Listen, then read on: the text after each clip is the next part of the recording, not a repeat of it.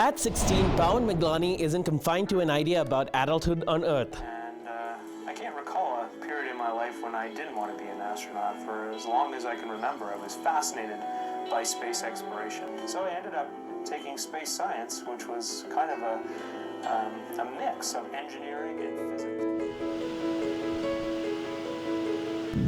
He's not worried about getting a second-hand rust bucket or a college in the traditional sense.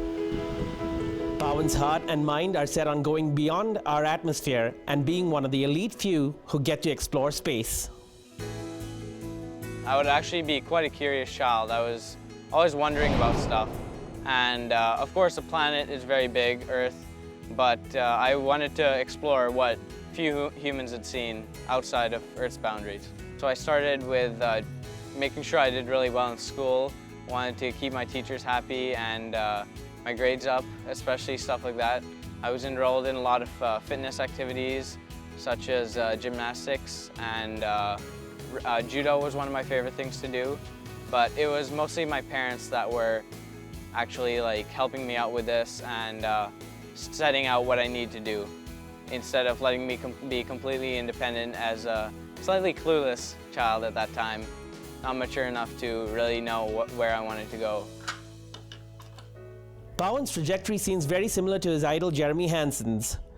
After deciding on his future at the age of 6, Paawan's since gone on to become one of Quesnel's most stellar air cadets. Air cadets really became known to me when I was about 10 years old, and I was in elementary school. And I had a friend who used to come in and tell me about this program he's in and how interesting it is. He used to show me his drill manual, as in, of course, the leadership side of it. And he used to show me some of the flight books he had. And so I didn't really have a goal set out, like what I wanted to do to become an astronaut. So from him I learned that you could become a pilot at 16 years old. My first solo. I've been waiting a long time for this. Woo! Yes, that's the sound of pure joy. After his first solo flight, Paawan's now received a Power Pilot scholarship. I'd say definitely the best part was after all the stress of somebody sitting in the back seat was gone, like making sure I don't make a mistake. At that point, I'd say of course it would be a little bit scary, although I wasn't too worried about it, that if I make a mistake, there's nobody in the back seat that can say, I have control. And I let go of the control column and they completely fix the situation I've caused. The first solo flight, it's all up to you, deal with anything that comes to you. And it was just an amazing experience. The day was sunny, it was no turbulent conditions. It was comfortable sitting in there, I didn't feel worried at all.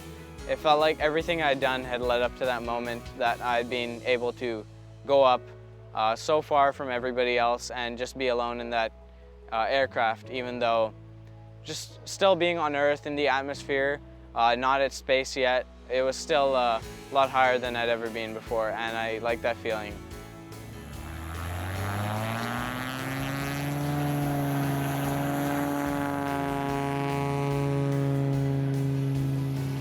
They mostly give the power license to people who they want to see something done with it in the future, maybe even come back to the cadet program, get your 100 hours, and do some fan flights with the gliders. So what's some of the things that Paawan recommends that other air cadet aspirants do? I'd say anybody can become an astronaut anywhere in the world. Anyone can become a pilot with a scholarship through the cadet program in Canada. I would say that the best thing for you to do would be to join the cadet program as soon as you turn 12, attend ground school, start reading a little bit of flight books, and when you go in for the entrance exam, as soon as you turn 16, you should make sure you go for that. And don't worry too much about it, because they're not trying to find out that you know everything. You're not trying to pass the official flying exam. They just want to know that you can do an exam and you can pass it. This kid hasn't spent all of his time in the sky and with his nose buried in books though. These 3 medals are for winning championships in judo in a few years back. These 5 are actually for fitness and gymnastics. Being an astronaut is most likely definitely more than just a book experience.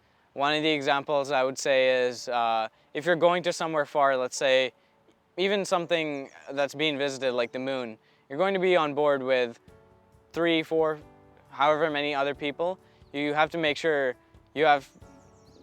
people can stand you in the aircraft, right?